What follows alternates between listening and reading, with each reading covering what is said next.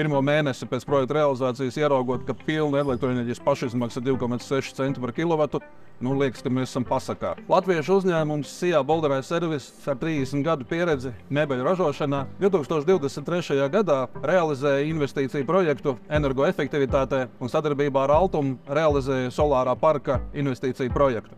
Projekta realizācijas laikā uzstādījām 1400 paneļus ar kopējo jaudu 499 kW un plānojam saražot aptuveni pusi no pašpatēriņa, kas mums ir gada griezumā aptuveni 550 MWh. Projekta izmaksas investīcija apjomi, ja mēs nopaļojam, tad mēs runājam par $500 000 realizējot projektu. Pēc projekta nodošanas 30% bija kapitāla atlaide, ja faktiski saistības, kas bija uzņēmumam, tika dzēstas. Mēs salīdzinoši ātri realizējam projektu. No izpratnes, ka mēs to gribam, līdz realizācijai vai eksploatācijas uzsākumam bija 8 mēneši. Diezgan moderni un populāri šobrīd ir runāt par ilgtspēju, par dabu. Uzņēmējdarbība nevar neatstāt ietekmi uz vidi. Jautājums ir kādu, cik tā ir liela un kā to var patstāvīgi analizēt un iespējams samazināt.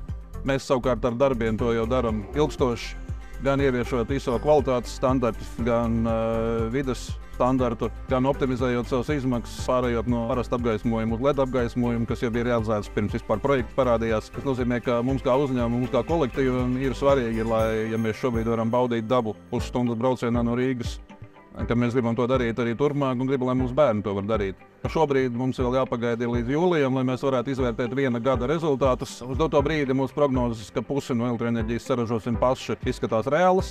22. gadā mēs sākām rēķināt mūsu nospiedumu pēdu, jeb siltumnīca efekta gāzu emisiju un aprēķini, kas ir pa 23. gadu, kur pusi no gada mēs jau lietojam savu solāro parku.